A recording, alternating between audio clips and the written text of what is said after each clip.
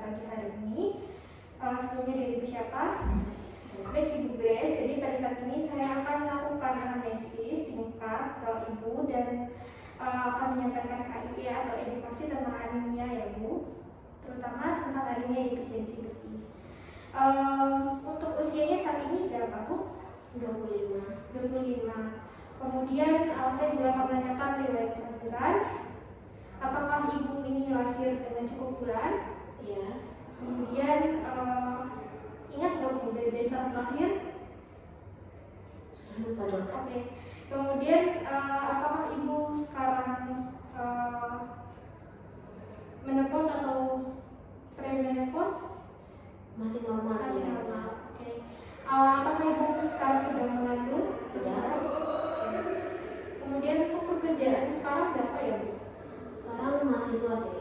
Mahasiswa. Kalau boleh tahu untuk hobinya apa sekarang? Suka lari. Lari. Ibu anak berapa dari kakak bersaudara? Saya anak pertama dari 2 saudara. Oke. Kemudian saya akan menanyakan keluhan Ibu saat ini ya. Apakah ada riwayat udah lelah? Iya. Oh, Ibu udah lelah. Kemudian apa ada sesak Bu? Iya. Pusing? Iya kalau beraktivitas. Oke. Untuk badannya itu apakah seperti biasa atau terasa ringan atau kayak melayang-layang itu? Kalau banyak aktivitas kayak melayang sih dok. Oke. Terus untuk sensasi lidahnya gimana? Apakah ada merasa lidah terbakar atau tidak? Tidak. Kemudian untuk apa ada perubahan warna kulit Bu? Kuku saya mungkin pucat. Oke. Kemudian apakah pernah ada luka di sudut mulut kayak retakan gitu?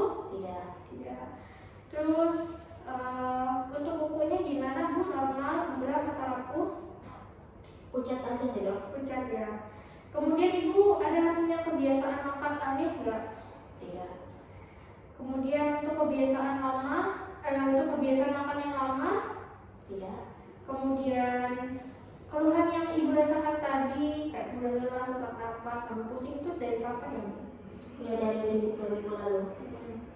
Terus kalau misalnya ada faktor yang memperberat atau memperingan nggak Bu? Kalau Ibu istirahat apakah membaik? Ya kalau terlalu lama naik tangga gitu suka pusing. Tapi kalau udah istirahat, duduk gitu, angkat kaki, udah. Oke. Benar. Selain udah lelah, sesak napas, pusing tadi ada gejala lain nggak Bu? Tidak ada. Tidak ada.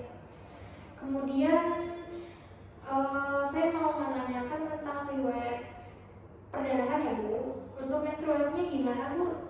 Normal? Normal dok. Apakah Ibu pernah trauma jatuh terus mengalami perdarahan? Tidak. Kemudian apakah Ibu pernah mengalami perdarahan mulut? Tidak. Ibu ada riwayat hemoroid juga? Tidak. Oke. Untuk hematuria juga? Tidak ya. Kemudian untuk durasi menstruasinya itu kapan? Normal ya? Normal. Oke. Untuk banyaknya menstruasi apakah berlebihan atau normal saja? Normal. Kemudian untuk pola BAB-nya? Normal. Oke. Apa ada riwayat perdarahan saluran cerna nggak Bu? Tidak. Oke. Ibu tadi berarti belum menikah ya Bu? Belum. Berarti tidak ada riwayat kehamilan. Kemudian selanjutnya itu apa Ibu pernah mengalami riwayat penyakit kayak malabsorpsi? Tidak. Oke. Kemudian kalau celiakisis atau inflammatory bowel disease juga tidak ada ya Bu? Tidak. Kemudian ada riwayat malnutrisi nggak Bu? Tidak. Hemoroid? Tidak. Kemudian ada riwayat kanker kolorektal tidak ya? Tidak. Kemudian untuk kelainan ginekologi ada tidak Bu? Tidak. Oke. Selanjutnya saya akan menanyakan riwayat pengobatan ya Bu. Apa pernah memakai obat yang untuk bersifat meningkatkan pH lambung nggak Bu? Tidak. Kemudian apakah Ibu pernah pakai steroid? Tidak. Tidak ya. Kemudian riwayat keluarga, apa ada keluarga dengan riwayat anemia? Tidak. Tidak ada. Apa ada riwayat kelainan perdarahan? Tidak. Tidak ada. Kemudian ibu saat ini apakah sedang diet vegetarian? Iya. Iya. Terus sering konsumsi teh nggak, Bu? Iya. Iya, ya. Kemudian untuk pekerjaannya, Bu? Masih mahasiswa sih. Oh, masih mahasiswa. Jadi tidak pernah ke lokasi-lokasi tambang itu yang berisiko ya, Bu? Tidak. Oke, jadi dari keluhan yang Ibu berikan tadi kayak mudah lelah, pusing, kemudian Ibu juga ada riwayat dari konsumsi teh ya, Bu. Jadi dari analisis kita tadi dari keluhan Ibu, dari Ibu mudah lelah, kemudian mudah pusing, sesak napas, terus ada keluhan-keluhan lain juga. Kemudian Ibu juga ada riwayat konsumsi dari minum teh ya, Bu. Kemudian Ibu juga diet vegetarian.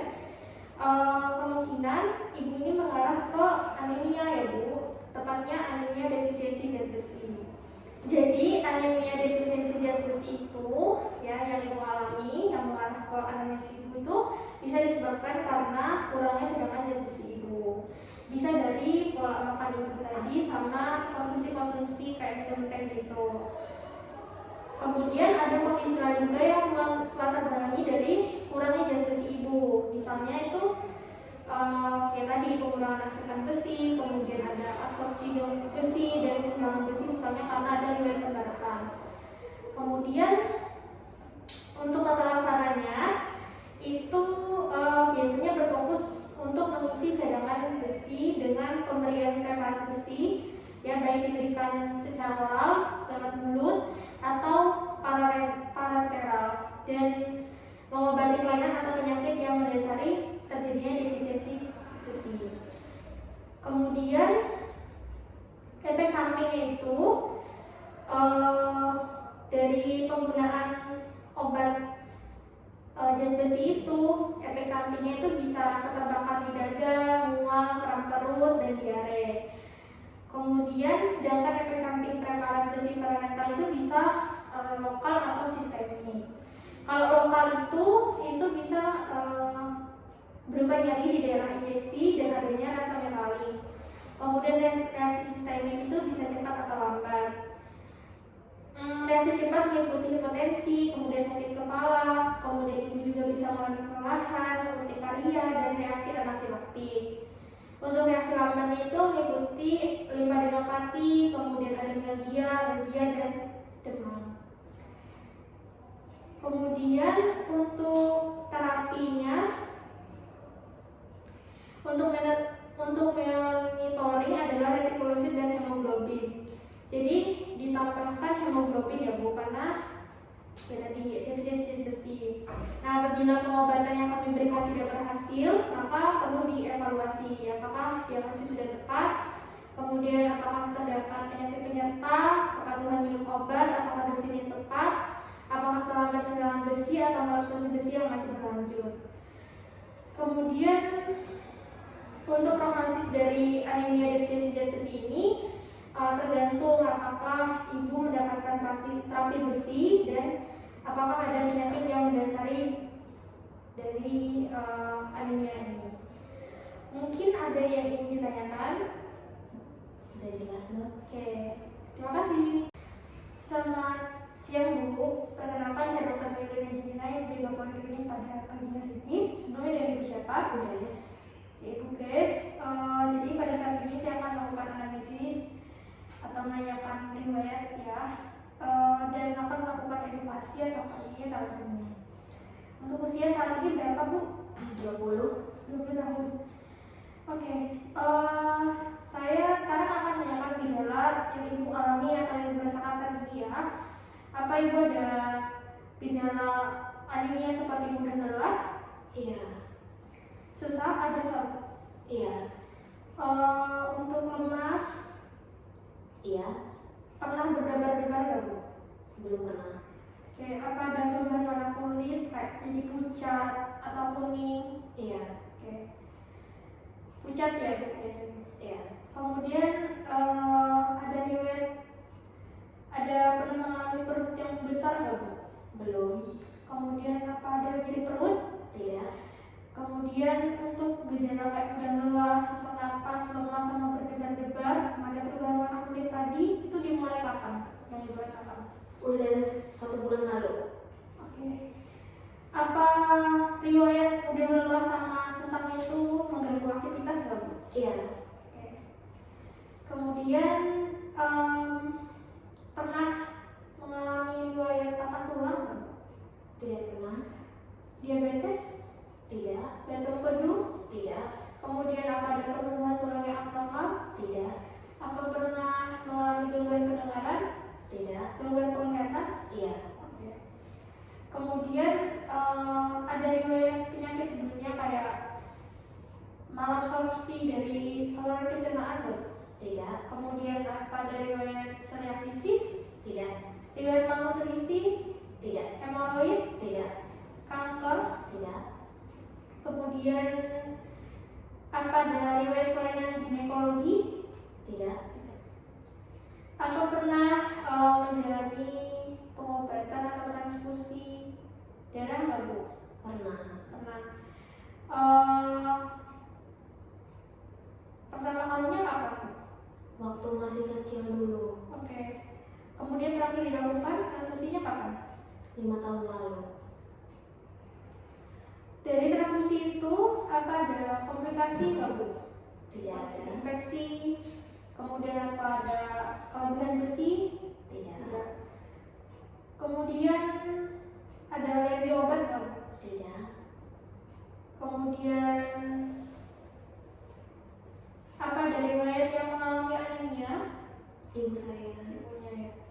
Kemudian riwayat keluarga yang meninggal karena anemia ada nggak? Ada. Kalau ternyata berapa ya? Nenek saya. Kemudian apa ada riwayat pernikahan antara saudara? Tidak. Mungkin dari ibu sendiri? Tidak. Atau dari ibu? Tidak. Tidak ada. Dari analisis singkat yang telah kita lakukan dari riwayat ibu seperti mengeluhkan mudah lelah, sesak napas, lemas, kemudian berdebar-debar. Kemudian ada riwayat transfusi juga ya Bu. Terakhir dilakukan 4 tahun yang lalu. Itu gejalanya bisa mengarah ke talasemia. Nah, tapi perlu melakukan penegakan diagnosis lebih lanjut lagi ya Bu. Jadi pada saat ini saya akan menyampaikan dulu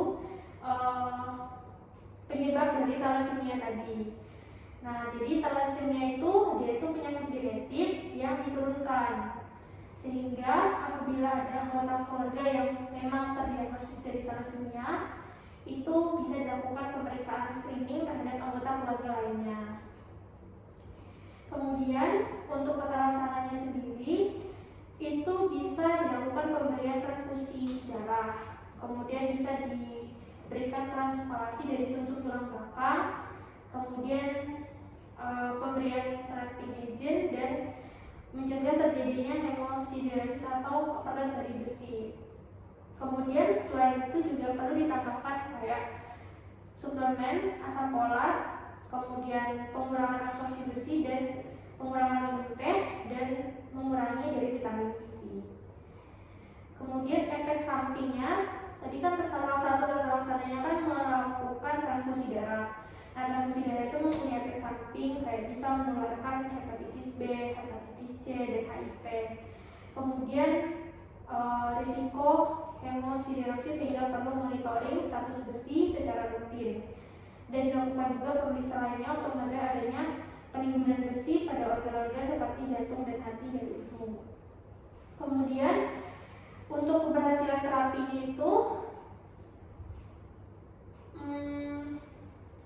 keberhasilan terapi itu adalah untuk mencapai kadar KB yang optimal. Karena pasien yang tidak mendapatkan terapi yang maksimal atau tidak terapi itu dapat menyebabkan kegagalan pertumbuhan. Untuk memonitor risiko hemosiderosis atau overload dari zat besi, itu dilakukan pengukuran status besi secara rutin dan pemeriksaan lainnya untuk mengetahui adanya penimbunan besi pada organ-organ seperti jantung dan hati.